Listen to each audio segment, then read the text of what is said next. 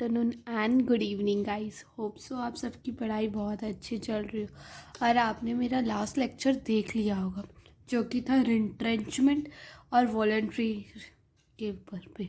ठीक है, वीआरएस के ऊपर में था एंड रिट्रेंचमेंट कंपनसेशन के टॉपिक पे था। ठीक है, अगर आपको उसमें कोई भी डाउट है आप कमेंट सेक्शन में पूछ सकते हैं। एंड नोट्स के लिए फाइनेंस एट होम इंस्टाग्राम के पेज में आपको notes as well as MCQ law के एमसीक्यू मिल जाएंगे जो कि अभी बहुत ज़्यादा इम्पॉर्टेंट है फॉर सीएमए इंटर्स के लिए, क्योंकि वो अभी एमसीक्यू पूछ रहे हैं। ठीक है, 40 मार्क्स का एमसीक्यू है जो कि आपको बहुत बेनिफिट मिलेगा।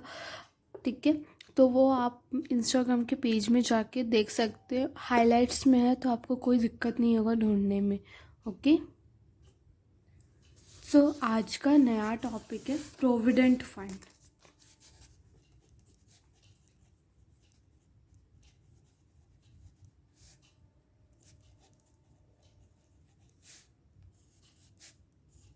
ओके,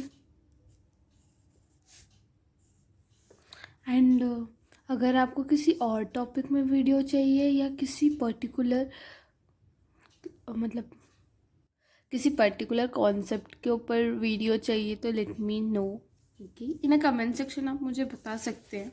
एंड आपको मेरी क्लासेस कैसे लग रही है, वीडियोस कैसे लग रहे हैं, आप ये भी कमेंट सेक्शन में बता सकते हैं। एक्चुअली आपके कमेंट्स मोटिवेट करते हैं मुझे to make good videos and मतलब और कंटेंट लाने के, जो कि हेल्पफुल रहता है मेरे लिए। ठीक है, एंड मुझे पता चलता है कि आप लोगों को मेरी बातें समझ आ रही है। Okay, now let's start provident fund. ठीक है, अब ये प्रोविडेंट फंड होता क्या है? फंड तो समझ आ गया कि पैसा है।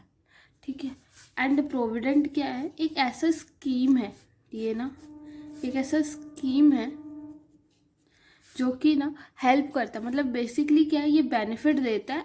ये स्कीम क्या करता है ना, बेनिफिट देता है। किसको बेनिफिट देगा? अभी हम लोग पढ़ के आ रहे हैं, सैलरी में किसको मिलता है? एम्प्लॉयर एम्प्लॉय को रहता है ना रिलेशनशिप। तो बेनिफिट एम्प्लॉयर को देके क्या कोई मतलब नहीं है। बेनिफिट किसको मिलेगा? एम्प्लॉय को मिलेगा। पर ये बेनिफिट मिलेगा कब? At the time of retirement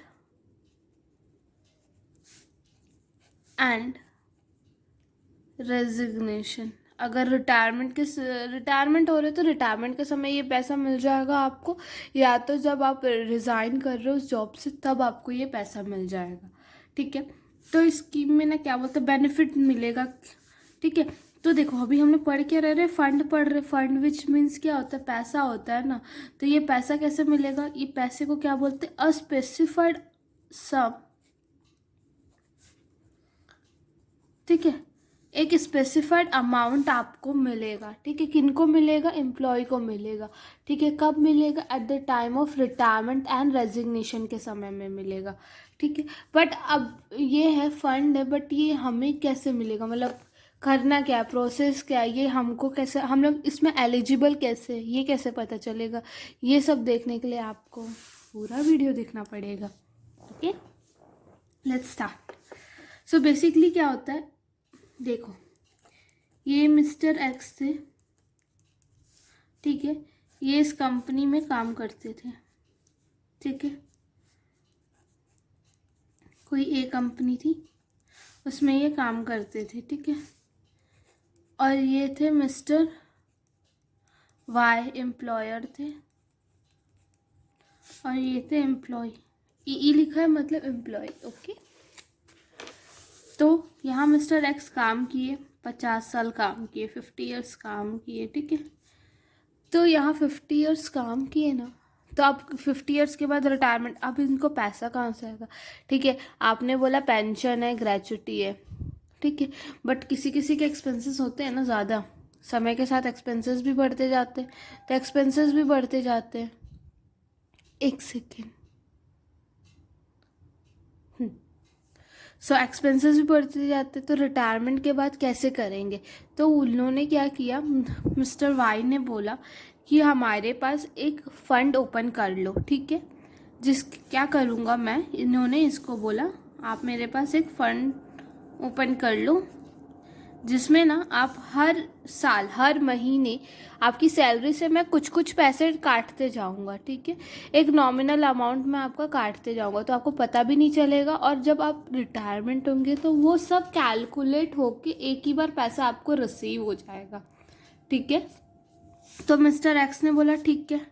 अब देखा मिस्टर एक्स ने देखा कि मिस्टर एक्स इतना कर रहे हैं, तो एम्प्लॉयर सोचा कि मैं भी थोड़ा अपने तरफ से कंट्रीब्यूट कर दूंगा। तो ये क्या होगा, इसने भी कंट्रीब्यूट किया इस फंड में। यहाँ पे एम्प्लॉय ने तो किया ही किया, बट एम्प्लॉयर ने भी कंट्रीब्यूशन किया, ठीक है, कंट्रीब्यूशन किया इस गुल्लक में, ठीक है। तो जब ये रिटायरमेंट हुआ ना, इस काइंड ऑफ अ गुल्लक, ठीक है, एक गुल्लक है जिसमें एम्प्लॉय तो डाल रहा है पैसा, एम्प्लॉयर भी जितना एम्प्लॉय डालेगा ना उतना ही एम्प्लॉयर भी डालता है, ठीक है।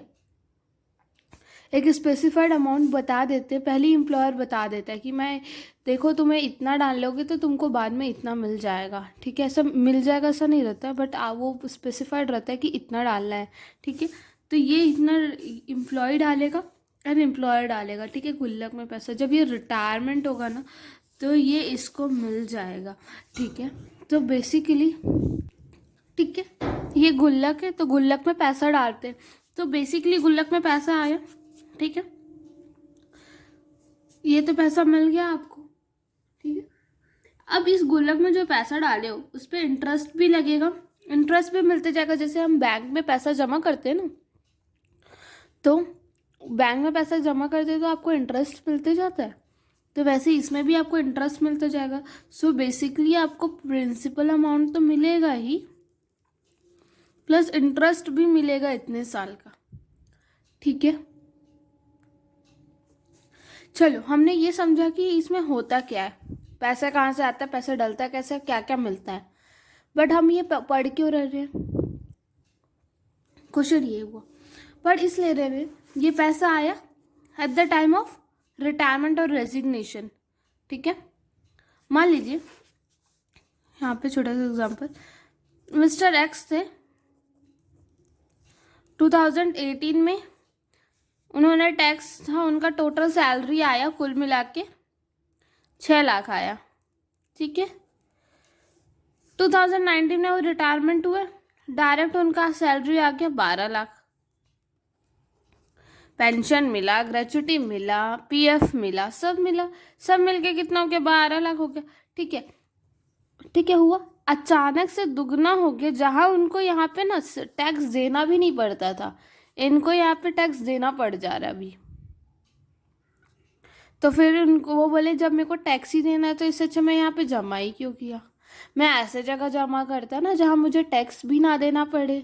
अब रिटायरमेंट के बाद आप टैक्स देते रहोगे तो क्या ही मतलब, जब कमा रहे थे तब भी टैक्स दे रहे हैं, जब ख़त्म हो गया कमाई उसमें भी टैक्स दे रहे, क्योंकि आपके पास तो वही सोर्सेस है ना, बस उतने ही पैसे हैं ना, उसमें भी आप टैक्स देते ही रहोगे, तो फिर खाओगे कितना, बचाओगे कितना, करोगे क्या अपना, ठीक है।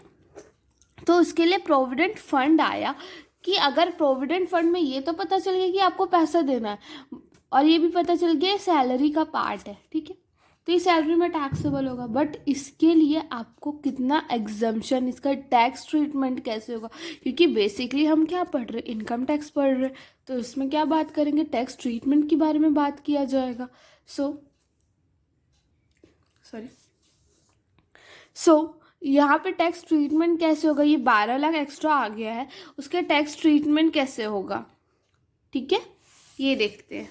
चलो, ये तो समझा ना ये क्या होता है कि सॉरी एक ऐसा स्कीम में जो बेनिफिट देता है किसको, एम्प्लॉय को, कब देता है, at the time of retirement and resignation के समय, ठीक है। प्रोविडेंट फंड एक ऐसा स्कीम है, बट ये फंड कैसा, एक स्पेसिफाइड सम है जो कि हम हर महीने कंट्रीब्यूट करते, by the employee and the employer both will contribute a specified sum which will be accumulated and given to the employee at the time of retirement and resignation, that is called provident fund, okay। So this is the scheme ना, तो scheme है तो इसमें बहुत सारी scheme में ऐसा रहता है कि एक ही स्कीम रहता है, नहीं बहुत सारे वैरायटीज़ रहते हैं ना।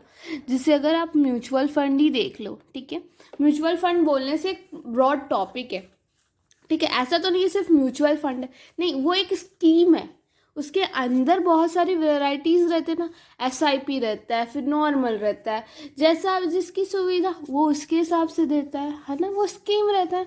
तो स्कीम के अंदर बहुत सारी वेराइटीज़ रहती है। सेम प्रोविडेंट फंड एक स्कीम है तो जिसके अंदर बहुत सारी वेराइटीज़ हैं, ठीक है। Let's see the types of provident fund. ये जो मैंने वेराइटीज़ बोला वो the types of provident fund, okay.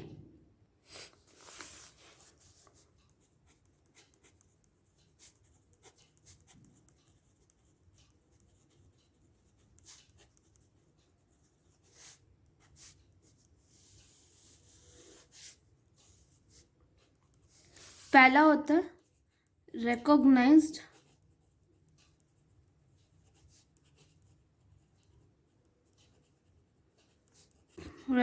Provident fund, इसको शॉर्ट में बोलते हैं आरपीएफ, ठीक है। गाइस ये ना बहुत इंपॉर्टेंट टॉपिक है इंटर के लिए एज वेल एज फाइनल्स के लिए भी, ठीक है। और जिनको ऑडिट करना है, ऐसा तो नहीं आप आईटीआर सैलरी वालों को भरोगे ही नहीं, भरोगे ना, सो प्लीज़ अच्छे से। देन होता है unrecognised provident fund,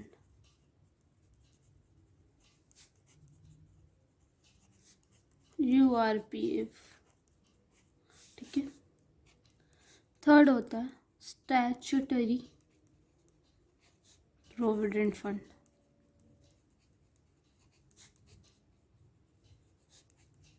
SPF, and public provident fund,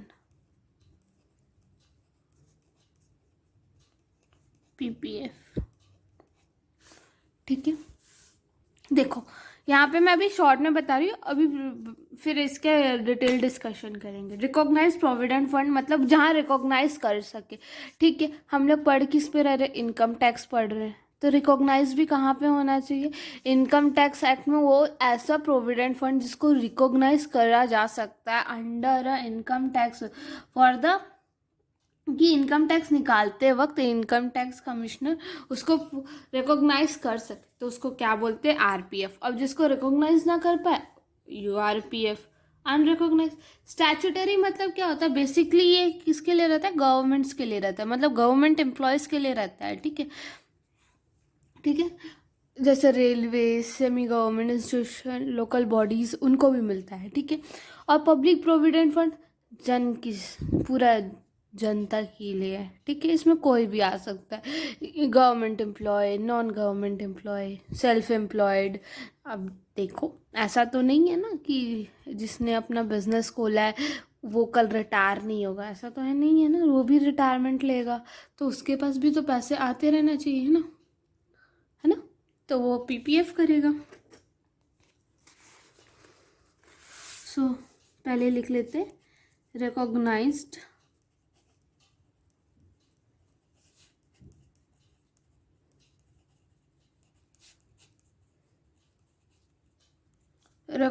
provident fund, ठीक है।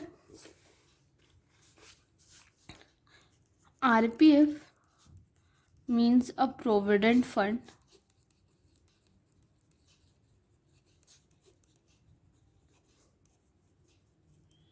recognized by the Commissioner of Income Tax for the purpose of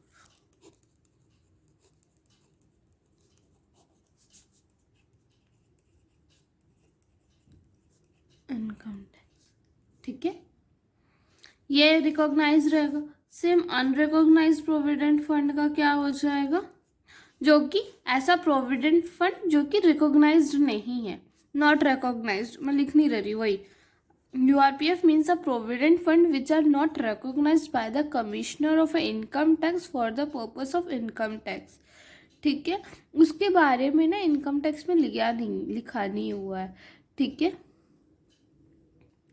जैसे ना मान लीजिए रूल बना है कि अगर आपके पास इतने एम्प्लॉयज़ है, मैं बस हाइपोथेटिकल एग्जांपल दे रही हूँ तो आपको ये दोनों समझ आ जाएगा। मान लीजिए लिखा हुआ है कि आपके ना इतने एम्प्लॉयज़ होने पे आपको पीएफ देना ही है, और ऐसे एक रूल है भी लॉ में, ठीक है, प्रोविडेंट फंड देना ही रहेगा, ठीक है। तो अगर आपके उतने एम्प्लॉयज़ नहीं है बट आप अपने एम्प्लॉयर अपनी एम्प्लॉय देख सोच रहा है, उसके अच्छे के बारे में सोच रहा है, तो उसने पीएफ करना चालू कर दिया। उसके पास 2 ही एम्प्लॉय है, उसने सोचा कि इन लोग का मेरे बाद क्या होगा, जब इन लोग यहाँ से रिटायर हो जाएंगे तब उनका क्या होगा। तब उसने क्या किया, एम्प्लॉयर ने वो बोला कि हम एक गुल्लक में पैसा डालते जाते, मैं भी डालूंगा तुम भी डालो, इस पर इंटरेस्ट भी मिलते जाएगा, ठीक है। तो ये पैसा तुम जब रिटायरमेंट होगे ना तब मिलेगा। तो बट ये तो रिकॉग्नाइज प्रोविडेंट फंड मतलब जो भी पार्ट ए है और शेड्यूल 4 में लिखा हुआ है उसके तहत नहीं आ रहा है, ठीक है। तो उसको क्या बोल देंगे हम, अनरिकॉग्नाइज प्रोविडेंट फंड बोल देंगे, ठीक है। ऐसा नहीं है कि इनकम टैक्स इसका वो नहीं करेगा, करेगा, बट उसके अंदर जो लॉ के अंदर लिखा हुआ है ना, एक्ट के अंदर, उसके अंदर नहीं आ रहा है बस। बट इनकम टैक्स वाले बोलते हैं जहाँ से भी आपको पैसा मिल रहा है हम तो उस पर टैक्स लेंगे, ठीक है। उनका लीगल इलीगल कुछ नहीं होता, जहाँ से पैसा मिल रहा है। देखो लीगल इलीगल इनकम टैक्स बात नहीं करता, लीगैलिटी में वो इनकम टैक्स बात नहीं करता, वो उसको अपने टैक्स लेने से मतलब है। लीगैलिटी में कौन बात करता है, लॉ बात करता है, ठीक है। अब स्टैट्यूटरी क्या हो गया, एसपीएफ क्या हो गया, एक ऐसा प्रोविडेंट फंड, ठीक है। By provident it applies to the employees of the government which means railways, semi-government institution, local bodies, okay. And PPF is like a PPF is operated under the PPF Act 1968, ठीक है। इसके अंदर क्या होता है ना, ये ना पीपीएफ का 80C में डिडक्शन मिल जाता है, ठीक है। हम जब डिडक्शन का चैप्टर पढ़ेंगे वहाँ पे देखेंगे 80C के अंदर इसमें पीपीएफ को डिडक्शंस मिल जाते हैं, ठीक है। तो वहाँ देखने को मिलेगा कैसे डिडक्शंस मिलते हैं। सो बेसिकली क्या होता है ना, ये बैंक में पीपीएफ ओपन होता है, ज़रूरी नहीं है बैंक ओपन किया जाता है, ठीक है। Membership of a fund is open to every individual though it is ideally suited to the self-employed people, ठीक है। A salaried employee may also contribute PPF in addition to the fund operated by his employer.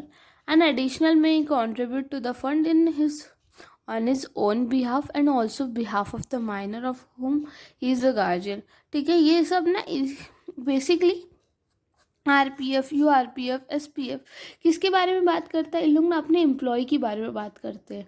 PPF क्या बात करता है, सबके बारे में बात करता है। जो कि मान लीजिए मैं हूँ सेल्फ एम्प्लॉयड हूँ, ठीक है, अभी मैं यूट्यूब का कर रही हूँ, मेरा ऐसा कोई वो नहीं है, इसमें से ही अर्निंग आ रही है, फिलहाल तो अभी नहीं आ रही है, बट इट्स ओके, आप लोग हेल्प कर सकते हैं मुझे अर्न करने में। सो शेयर एंड लाइक ज़रूर कीजिए and subscribe my channel. Okay back to the so अभी यूट्यूब से अर्न हो रहा है, ठीक है। मेरा कोई एम्प्लॉयर तो है नहीं ना, मतलब मैं अपनी टैलेंट की वजह से यहाँ पे अर्न कर रही हूँ ना, ठीक है। मेरे जो स्किल है उसकी वजह से अर्न कर रही हूँ, मेरा कुछ है नहीं। तो अब मैं क्या करूँगी कि मेरे बाद जिसको मेरे फैमिली है उनको देखना है मुझे, ठीक है। तो अब कभी तो रिटायरमेंट होगा मेरा भी, तो उनको देखूँगी कैसे, जब यही बंद हो जाएगा, ठीक है, तो पैसे आने बंद हो जाएंगे, मैं इसमें बंद कर दूंगी तो पैसे आने भी बंद हो जाएंगे। तो वो बात के लिए कहाँ जाऊंगी, मैं पीपीएफ जमा करूंगी, ठीक है। कि मेरे को जब रिटायरमेंट हो या जब मैं रेजिग्नेशन लूँ, रेजिग्नेशन नहीं बेसिकली रिटायर हो जाऊँ या ना काम करूँ, या जहाँ से मेरा अर्निंग सोर्सेस है वहाँ से आना पैसा बंद हो जाए, तो क्या करूँगी, तब मैं क्या करूँगी, पीपीएफ। इधर तो मैं जा नहीं सकती हूँ क्योंकि ये तो एम्प्लॉय में मिलेगा, ये भी एम्प्लॉय में मिलेगा, गवर्नमेंट तो है नहीं यूट्यूब, तो मैं कहाँ जाऊँगी, पीपीएफ में जाऊँगी, समझे। चलो अब ये इतना समझ ली, अब समझते हैं टैक्स ट्रीटमेंट। बेसिकली हम पढ़ क्या रहे हैं, इनकम टैक्स, तो हम लोग को टैक्स ट्रीटमेंट ही जानना है ना। बेसिकली आधे बच्चे तो यही जानने के लिए यहाँ पे होंगे, अभी तक रुके होंगे, है ना। चलो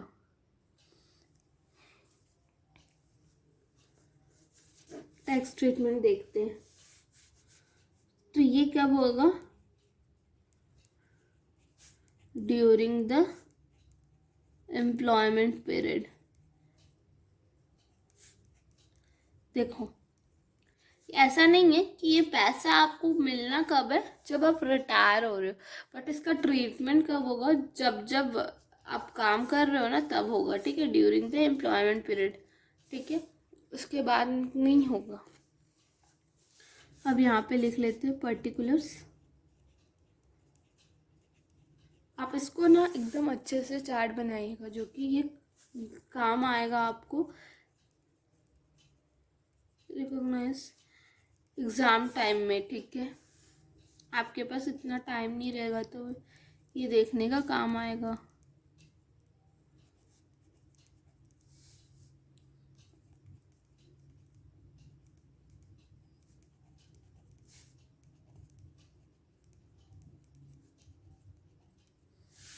ठीक है,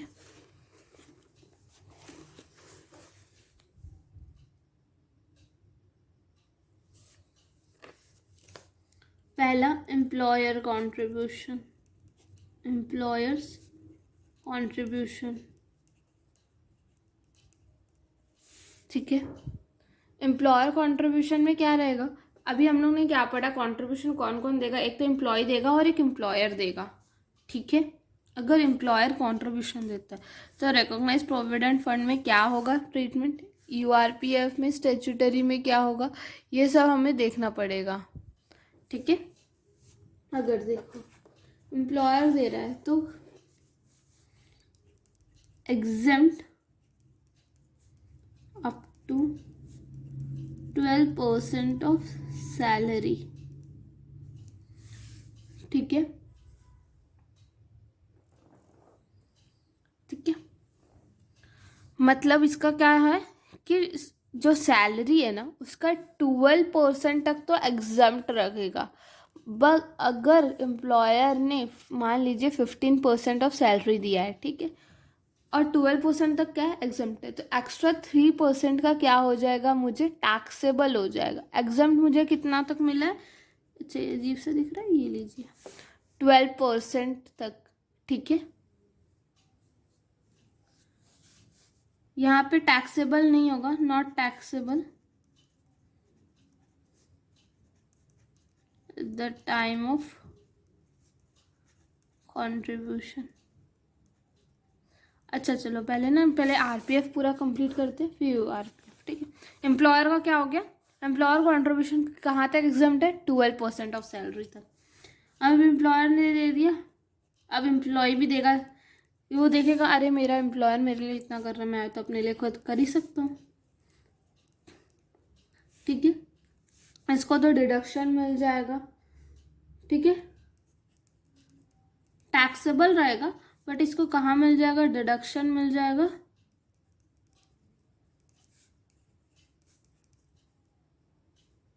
डिडक्शन अंडर सेक्शन एडीसी तक, ठीक है, इसको तो डिडक्शन मिल जाएगा। अब ये हम लोग ने क्या पढ़ा, गुल्लक है, गुल्लक मीन्स बैंक में पैसा डालते हो पैसा, तो आपको principal amount plus as well as interest भी मिलता, तो वो इंटरेस्ट भी आपको मिलेगा, ठीक है। अगर इंटरेस्ट किस पे मिल रहा है, पैसा दो लोग डाल रहे तो दो जगह इंटरेस्ट मिलेगा, है ना। अगर पैसा एम्प्लॉयर के है, एम्प्लॉयर्स कंट्रीब्यूशन, ठीक है, तो कितना एग्जम्प्ट हो जाएगा, exempt up to 9.5% per annum, C per annum बोला है इसमें, ठीक है, मतलब साल भर का 9.5% तक एग्जम्प्ट रहेगा, उससे ज़्यादा हुआ तो जितना एक्सेस रहेगा वो टैक्सेबल हो जाएगा, ठीक है। और इंटरेस्ट ऑन एम्प्लॉयज कंट्रीब्यूशन, ये भी सेम है, दोनों का सेम है, एग्जम्प्ट रहेगा, ये दोनों सेम है, ठीक है। एग्जम्प्ट रहेगा अप टू 9.5% तक, ठीक है।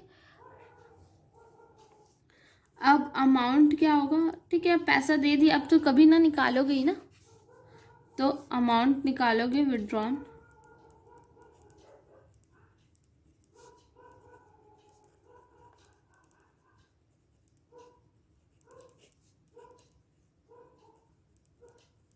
ठीक है, आपको आवाज़ आ रही होगी, वो करो, इग्नोर कर दो यार, बहुत स्ट्रेट डॉग है यहाँ पे। ओके, तो ये क्या हो जाएगा, एग्जम्प्ट हो जाएगा अंडर सेक्शन 10-12, ठीक है, एग्जम्प्ट हो जाएगा under section 10-12 at the time of when you getting the amount. Okay, आपको कुछ पैसे नहीं देने पड़ेंगे आरपीएफ में। तो हमने क्या देखा कि पीएफ क्या होता है, जल्दी से मैं आपको क्विक रिकैप दे देती हूँ। पीएफ क्या होता है आपको, कि आपको कंट्रीब्यूशन करना है, एक गुल्लक बनाना है, उसमें पैसा डालना है, जहाँ पे दोनों पार्टीज डालती, employer as well as employee, ठीक है।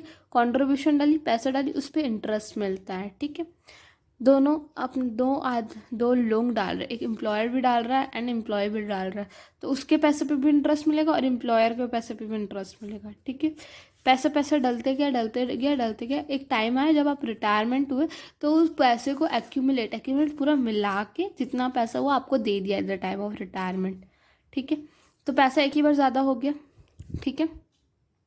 ये ज़्यादा होने की वजह से क्या हो जाता है, आपको टैक्स देना पड़ता है, ठीक है। अभी आप दे रहे हो 12% ऑफ सैलरी दे रहे हो, तो दिखेगा ना सैलरी में, तो कि पीएफ में जा रहा है, यहाँ जा रहा है, तो वो उस पर भी पैसा काटेंगे, ठीक है, टैक्स ट्रीटमेंट करेंगे उस पर भी। तो क्या हो जाएगा, बोला गया अगर एम्प्लॉयर दे रहा है तो कितना एग्जाम्प्ट रहेगा, up to 12% of the salary रहेगा, ठीक है। एम्प्लॉय कर रहा है तो उसको एटीसी में डिडक्शन मिल जाता है पीएफ का, ठीक है, हर साल उसको पीएफ का एटीसी के अंदर डिडक्शन मिल जाता है। और याद रखना ये टैक्स ट्रीटमेंट कब होगा, at the time of employment, क्योंकि जब उसको पैसे मिल रहे हो तो एग्जाम्प्ट हो जा रहा है ना, तो ट्रीटमेंट कब करेगा, जब वो काम कर रहा है, ठीक है। जब जो वो पैसा उसमें गुल्लक में डालोगे, जिस साल पैसा गुल्लक में डालोगे उसमें जाता रहेगा। अरे पीएफ ऐसा नहीं कि एक बार डाले और ख़त्म गए, एक बार चालू होता तो हर साल डलता है, चाहे आपका कंपनी लॉस में करे या कुछ भी करे, उसमें पीएफ में डालना पड़ता है, ठीक है। अब आते हैं यूआरपीएफ में। रिकॉग्नाइज नहीं है तो उसको डिडक्शन भी नहीं मिलेगा, अगर रिकॉग्नाइज ही नहीं है इनकम टैक्स के तहत तो उसको डिडक्शन मिलेगा क्या, नहीं मिलेगा,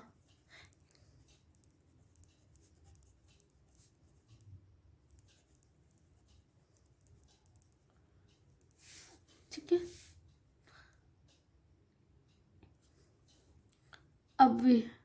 अब देखो यहाँ पे टैक्सेबल नहीं है, तो एम्प्लॉय जब पैसा डाल रहा है तब टैक्सेबल नहीं, तो इंटरेस्ट पे भी क्या होगा, टैक्सेबल नहीं होगा, not taxable at the time of credit of interest, ठीक है, ये भी सेम है, ठीक है। अब देखो यहाँ पे आएगा अमाउंट जब विड्रॉन करेंगे ना,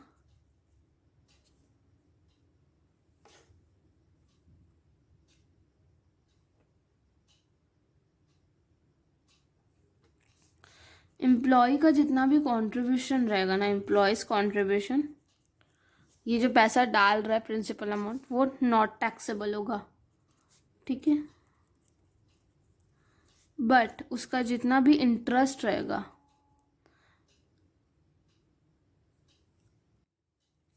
इंटरेस्ट ऑन एम्प्लॉयज कंट्रीब्यूशन,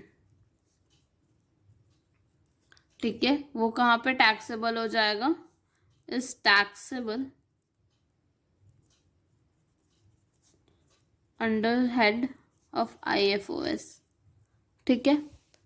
अब एम्प्लॉय की हो गया, एम्प्लॉयर का कर लेते हैं, ठीक है।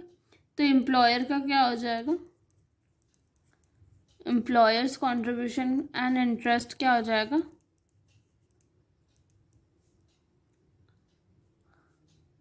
टैक्सेबल हो जाएगा, ठीक है, as profit in lieu of salary. इसका मतलब वो अपनी सैलरी का प्रॉफिट देते जा रहा था, ठीक है, अंडर सेक्शन 17 क्लॉज 3, ठीक है। ये यूआरपीएफ का हो गया। अब एसपीएफ का देखते हैं। एसपीएफ अब ये क्या होता है, गवर्नमेंट के रहते हैं। तो गवर्नमेंट का क्या है, तो गवर्नमेंट अपने गवर्नमेंट से कभी पैसे नहीं लेती है ना, गवर्नमेंट एम्प्लॉय गवर्नमेंट का ही है, तो उनसे कुछ पैसे नहीं लेती है, तो टैक्स भी नहीं लेती, तो फुल्ली एग्जेम्प्ट है। डिडक्शन मिल जाएगा अंडर सेक्शन एडीसी। जब एम्प्लॉयर का है तो एम्प्लॉय का भी एग्जेम्प्ट, ठीक है, कुछ पैसे नहीं लगता है, ठीक है। इंटरेस्ट इसका भी, एम्प्लॉयज़ का भी क्या हो जाएगा, एग्जेम्प्ट हो जाएगा, ठीक है। एंड देन अमाउंट विड्रॉन है वो भी एग्जेम्प्ट हो जाएगा, ठीक है। नॉट टैक्सेबल, ये ना एग्जेम्प्ट नहीं बोलते इसको ना, नॉट टैक्सेबल नहीं है, ठीक है, नॉट टैक्सेबल, ये भी टैक्सेबल नहीं है, ठीक है। अब आ जाओ इस पे, पीपीएफ में एम्प्लॉयर कॉन्ट्रीब्यूशन तो है ही नहीं, क्योंकि ये कौन है, सेल्फ एम्प्लॉयड लोग करते हैं अपने मन से, जिसको करना वो करेगा, ठीक है। एम्प्लॉयर्स का कुछ नहीं है इसमें। एम्प्लॉय को कॉन्ट्रीब्यूशन डिडक्शन मिल जाएगा उसको अंडर सेक्शन एडीसी में, ठीक है। जब ये है ही नहीं तो मिलेगा नहीं, ये नॉट टैक्सेबल रहता है, ये भी नॉट टैक्सेबल रहता है, ठीक है। ये था आपका छोटा सा chart, tax treatment of provident fund,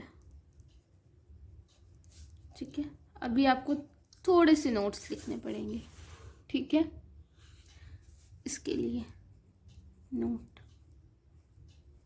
ठीक है। अब नोट्स लिख लो। नोट्स 1, अगर लमसम अमाउंट विड्रॉन करते हैं, विथड्रॉन किस में से, फ्रॉम आरपीएफ से, ठीक है। आरपीएफ मतलब रिकॉग्नाइज प्रोविडेंट फंड, आराम से सुनते जाओ और लिखते जाओ, ठीक है। अगर इफ, जो भी अमाउंट है फर्स्ट, अगर एम्प्लॉय रिटायर होता है, रिटायर्स और टर्मिनेट जॉब्स आफ्टर 5 ईयर, ठीक है, तब ये टैक्सेबल नहीं होगा। तो यहाँ मैं लिख लेती हूँ, amount withdrawn from RPF is not taxable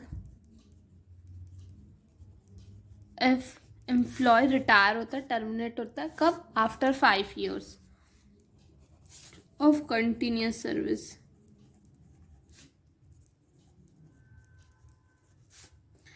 second, अगर एम्प्लॉय रिजाइन करता है, employee has resign before completion of 5 years and joins another organization,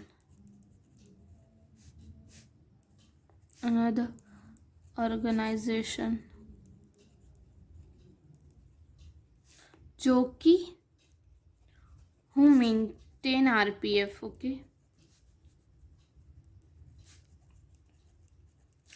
तो उसका बैलेंस क्या हो जाएगा, बैलेंस ट्रांसफ़र हो जाएगा टू द न्यू एम्प्लॉयर, ठीक है। तब ये टैक्सेबल नहीं होगा, ठीक है। अगर इसका entire balance standing to credit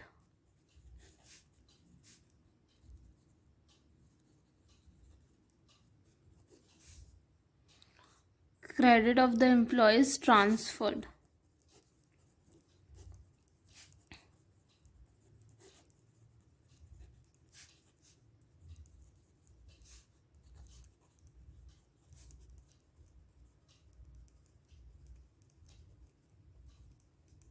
अगर जो न्यू पेंशन स्कीम के तहत में उसका बैलेंस ट्रांसफ़र हो जाता है ना, उसमें भी नहीं लगेगा, क्योंकि उसका treatment as referred as ADCC में पढ़ेंगे, ठीक है अपन। अगर एम्प्लॉय रिटायर हो गया है, एम्प्लॉय क्या हो गया, रिटायर हो गया है, रिटायर्स किसकी वजह से हुआ और टर्मिनेट हो गया है,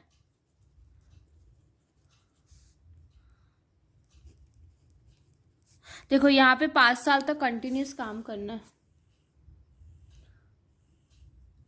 यहाँ 5 साल तक आपको कंटिन्यूस काम करना है, ठीक है। तो अगर इस कंटिन्यूस काम नहीं कर पाते किसी रीज़न से, वो रीज़न बताना पड़ेगा आपको। अगर रिटायर और टर्मिनेट हो जाता है before 5 year of continuous service, किस लिए, इलनेस की वजह से, इल हेल्थ की वजह से, या तो उसका कॉन्ट्रैक्शन और डिसकंटिन्यूंस हो गया है,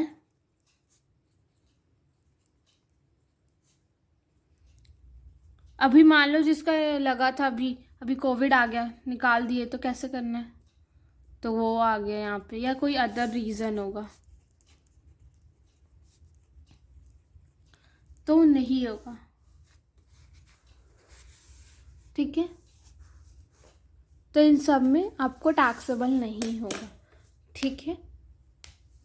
तो ये था प्रोविडेंट फंड का पूरा कि क्या होता है प्रोविडेंट फंड, उसके टैक्स ट्रीटमेंट क्या है, एंड कब नहीं, कब लग सकता है टैक्स। अगर मान लीजिए अगर उसने छोड़ दिया था, ठीक है, अगर उसको पूरे पैसे मिले 5 साल से पहले और ये सब रीज़न भी नहीं था, तो उसका पूरा टैक्सेबल हो जाएगा।